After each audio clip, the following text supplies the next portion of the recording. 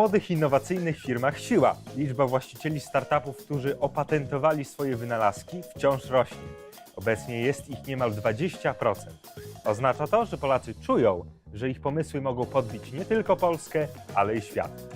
Dziś spotkamy się z twórcami niezwykłego zegarka, który, uwaga, pomaga walczyć z uzależnieniami.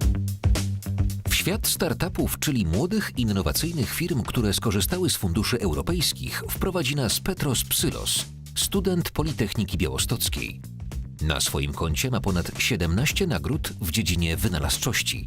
Przez amerykańskiego Forbesa uznany został za jednego z 30 najlepszych innowatorów w Europie. Nagrody i wyróżnienia wykorzystuje w szczytnym celu, popularyzuje naukę, a jego rewolucyjny projekt Matia pomaga osobom niewidomym orientować się w przestrzeni. Chęć niesienia pomocy innym dzięki własnym wynalazkom i ideom to doskonała motywacja dla młodych startupowców. Z takiego założenia wyszli twórcy projektu Predict Watch. Podjęli walkę z problemem uzależnień. Stworzyli zegarek, a w nim oprogramowanie wspomagające osoby uzależnione. W pracach nad tym startupem oparli się na własnych badaniach. Psychologia to ich życiowa pasja.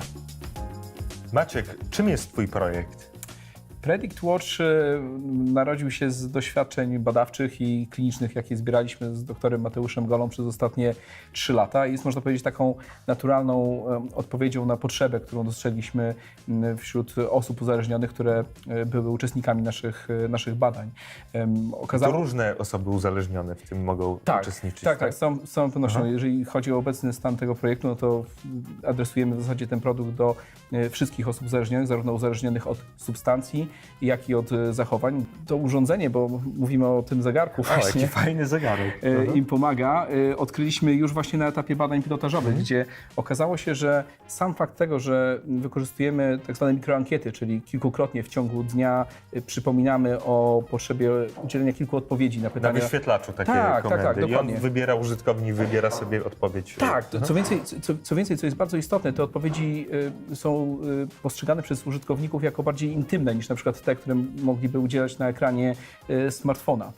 To jest istotny czynnik, który ma znaczenie, ponieważ tutaj chcemy zapytać o dosyć intymne sprawy, czyli o to, czy czujesz się zmęczony, czy czujesz się zanękniony, jak silny subiektywnie jest obecnie ten głód naukowy, który przeżywasz. I co później zegarek z tymi informacjami robi? Sam zegarek zbiera te informacje, następnie przekazuje je do serwerów, które analizują te dane w dużych zbiorach, klasyfikują te osoby do różnych grup, które wyróżniliśmy jako grupę osób uzależnionych, a następnie pracujemy w kierunku tego, żeby stworzyć taki indywidualny profil, który pozwoli nam dostarczyć takie zindywidualizowane, spersonalizowane interwencje dla każdej osoby Porady, czyli uzależnionej. mówimy o takim wirtualnym psychologu, psychoterapeucie, tak? Spotkaliśmy się kilka razy z takim właśnie sposobem myślenia o tym. Dla nas chodzi raczej o to, żeby skutecznie przewidywać, kiedy może się pojawić ryzyko nasilenia głodu i przeciwdziałać temu możliwie wcześnie. Czyli nie chcemy w żadnym stopniu doprowadzić do sytuacji, w której te ryzyko nawrotu do nałogu wzrośnie tak bardzo, że nie będziemy w stanie już go powstrzymać. Zespół tworzący Predict Watch pracuje zarówno w Polsce, jak i w Stanach Zjednoczonych. Jego współtwórca, dr Mateusz Gola, aktualnie jest między innymi pracownikiem naukowym University of California w San Diego. Jak się używa Predict Watcha? No, pomysł jest taki, że po prostu się go nosi. On sam zbiera część danych, tych, które może. Natomiast kilka razy w ciągu dnia zadaje bardzo krótkie pytania. Odpowiedź na nie zajmuje przeważnie około 15 do 30 sekund. Jest to seria pytań o samopoczucie, poziom stresu, wydarzenia, które aktualnie się dzieją. No i wszystko, co tak naprawdę działa, dzieje się za tą warstwą tego interfejsu.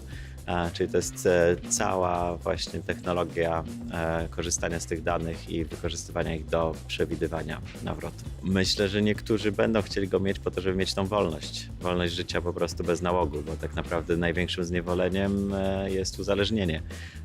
Takie uzależnienie, które rozwala rodzinę, rozwala znajomości, przyjaźnie, rozwala możliwość realizacji marzeń. Chcemy pomóc ludziom właśnie tą wolność utrzymać od pacjentów. właściwie wszystkie głosy były pozytywne. Większość osób twierdzi, że im to pomaga, nawet jeśli to były takie wczesne fazy testowania. No i ludzie zasadniczo to lubią, też to wygląda dosyć estetycznie, jest wygodne, ale przede wszystkim pozwala zwiększyć świadomość tego, co się na co dzień dzieje w życiu. Przez te 2 lata ogromny postęp zrobiliście, a w jaki To prawda. sposób pomogły Wam fundusze europejskie? Myślę, że ten ostatni rok, który spędziliśmy w Hub of Talents, platformach startowych, Rozwój Polski Wschodniej. tak, to było dla nas wielkie doświadczenie, wielka nauka przede wszystkim. My wychodzimy z mimo wszystko środowiska naukowego, więc musieliśmy się nauczyć, jak prowadzić biznes, jak zbudować Jak strategię. sprzedać w cudzysłowie swoje rozwiązanie. Zbudowanie strategii rozwoju marki, zbudowanie samego biznesplanu przede wszystkim, uświadomienie sobie tego, jak żywą jest rzeczą, jak ciągle musimy się dostosowywać do istniejących nowych, zmieniających się warunków na rynku. To wszystko była wielka nauka, którą Wszystko wynieśliśmy zapewniły z Hub of platformy Talents. startowe. W pewnym sensie tak, natomiast nie ma takiej możliwości, żeby ktoś zrobił za nas pracę, tak? To był impuls, to była wiedza, natomiast myśmy podnieśli te narzędzia i myślę, że zrobiliśmy całkiem dobrą pracę, żeby dzisiaj móc powiedzieć, że mamy bardzo konkretny plan biznesowy działania, w który wszyscy wierzymy. W programie już teraz w gronie ekspertów oceniamy potencjalne szanse projektu na powodzenie. Żeby używać Predict Watcha, użytkownik musi mieć wewnętrzne przekonanie, że rzeczywiście chce się wyleczyć z takiego uzależnienia lub innych problemów. Ale co z osobami, które są w trudniejszych sytuacjach? No, tam nie obędzie się bez pomocy psychoterapeuty, fachowca, który wyprowadzi z tego uzależnienia, prawda? Że tak jak w przypadku zwykłej terapii dotyczącej uzależnienia, tak w przypadku tego urządzenia, jakby ta wewnętrzna chęć jednak porzucenia nałogu tego użytkownika będzie bardzo istotna. Natomiast to, co może pomóc, to na pewno dobre rozwiązanie, jeśli chodzi o zaprojektowanie całego interfejsu czy użytkowości tego urządzenia, tak żeby to nie przeszkadzało, tylko żeby było bardzo przejrzyste, użyteczne. A poza tym wydaje mi się, że dzięki temu sam terapeuta może czuć, że jego praca jest bardziej skuteczna. Czyli de facto on osiąga efekty dzięki wykorzystaniu takiego narzędzia. Myślę, że to nie do końca jest narzędzie, które nawet ma ambicje zastąpienia terapeutów. Ma tak naprawdę uzupełnić ich pracę i sprawić, że oni osiągają sukces razem ze swoim pacjentem. Tylko klucz przekonać takich psychoterapeutów, aby poszli w kierunku nowinek technicznych, bo nie każdy takie nowinki stosuje w swojej pracy. No już bardzo dużo psychoterapeutów prowadzi swoje wizyty online, czyli poprzez Skype albo jakiekolwiek inne narzędzie możemy uzyskać wsparcie. Myślę, że tutaj też mogłoby być połączenie, powiedzmy, dzwonię ze swojej aplikacji, bo jestem w jakimś kryzysie i potrzebuję pomocy. Zainwestowałbyś w ten projekt? Wydaje mi się, że projekt jest bardzo ciekawy, natomiast to, jak działa rynek inwestorów, jak działa rynek startupów, zawsze patrzymy na dwie kwestie, czyli patrzymy na pomysł, jaki on jest, czego dotyczy, jakie to jest rozwiązanie, jaki ma potencjał, ale z drugiej strony patrzymy na zespół. Bo co się stanie, kiedy ten pomysł się okaże, no troszkę nie wypałem, ale masz potencjał wśród ludzi, jest okej. Wtedy mogą zrobić tak zwany pivot, czyli zmienić troszeczkę kierunek modelu biznesowego, poszukać innego rozwiązania na bazie obecnych doświadczeń i być może z tego powstanie zupełnie inne rozwiązanie, które będzie bardziej atrakcyjne biznesowo. Jak ten projekt może jeszcze skorzystać z funduszy europejskich? Może skorzystać na 2 sposoby. Po pierwsze, może skorzystać z dotacji. To oznacza, że muszą włożyć w to trochę własnych pieniędzy, ale mogą za to dostać pieniądze publiczne, z których mogą finansować swoje dalsze działania, na przykład badania nad swoim produktem, doprowadzenie go do takiej wersji, którą można już wprowadzić na rynek.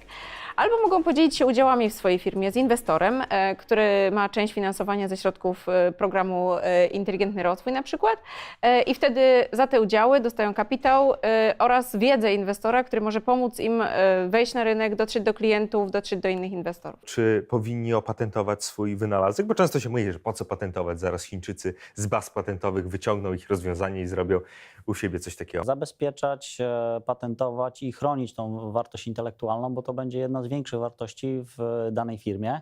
To będzie pozwalało rozwijać ten produkt, będzie pozwalało na przykład pozyskiwać inwestorów, którzy będą widzieli, że oprócz ludzi i jakiejś technologii jest też wartość intelektualna, na której można dalej budować. To jednak jest skomplikowana i kosztowna procedura, natomiast zdecydowanie warta, żeby poświęcić jej czas i pieniądze. Ale jak znaleźć fundusze, żeby opatentować swój wynalazek? Odpowiedź na to ma PARP, która oferuje firmom wsparcie w postaci dotacji na ochronę swoich wynalazków na różnych rynkach. Za granicą, na całym świecie można opatentować i rzeczywiście mieć taką wartość w swojej firmie, więc bardzo polecam skorzystanie z takiej dotacji. Przypominamy, że wszystkie odcinki programu, a także informacje o tym, jak rozwinąć własny startup z pomocą funduszy europejskich, dostępne są na blogu labstartup.pl. To miejsce przygotowane z myślą o wszystkich odważnych i innowacyjnych, pełne wartościowych przykładów. Pierwszy komputer dla Apple zbudował inżynier polskiego pochodzenia. Co zrobić, aby takie przygody zdarzały się częściej? No, oczywiście.